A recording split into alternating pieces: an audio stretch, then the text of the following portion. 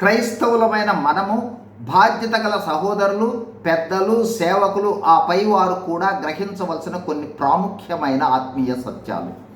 ఒకటి, నూతన జన్మ లేదా రక్షణ అనుభవం లేని క్రైస్తవులు కారు. ఎందుకంటే దేవుని రాజ్యము పొందిన అనుభవం గలవారే క్రైస్తవులు కాబట్టి. రెండు, ప్రతి క్రైస్తవునికి మారు మనసు అనుభవం విధిగా ఉంటుంది. మూడు, నేను భక్తితో జీవిస్తున్నాను అని చెప్పే క్రైస్తవులు లేదా దైవ సేవకులు విధిగా హింసలు పొందుతారు. హింసలు పొందని వారు ప్రశ్నించుకోవాలి. నాలుగు, స్వచిత్తానికి, శరీరానికి, లోకానికి మరణానుభవము లేని క్రైస్తవులలో క్రీస్తు జీవము ప్రవహించదు.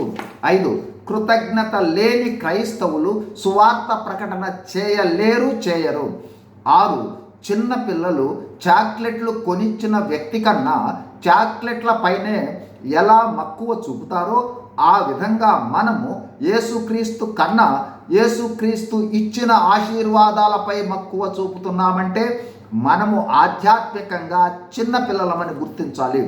ఏడు, ఈ లోక సంపద, ధనము, ఆధిక్యతలపై ఆసక్తి చూపుతున్నామంటే పరలోక సంపద, ధనము, ఆధిక్యతలపై తక్కువ ఆసక్తి ఉందని గుర్తించాలి. ఎనిమిది, క్రైస్తవులు లేదా దైవ సేవకులు ఎంత క్లిష్ట పరిస్థితుల గుండా ప్రయాణం చేస్తారో అంత లోతైన సంబంధం దేవునితో ఉండటకు అవకాశం ఉంది.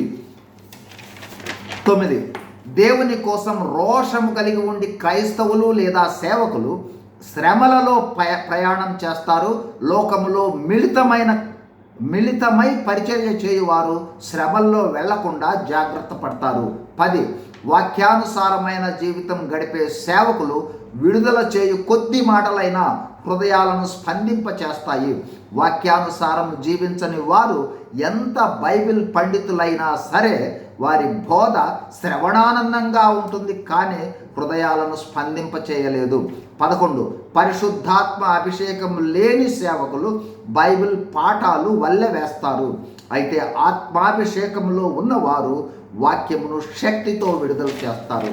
12, చివరిగా పరీక్ష, పరిశోధన, శ్రమల గుండా వెళ్ళని దైవ సేవకులు నీతి బోధలు చేయగలరు, కానీ ఆత్మీయ లోతులను, దైవికమైన విషయాలను అనుభవం ద్వారా చెప్పలేరు.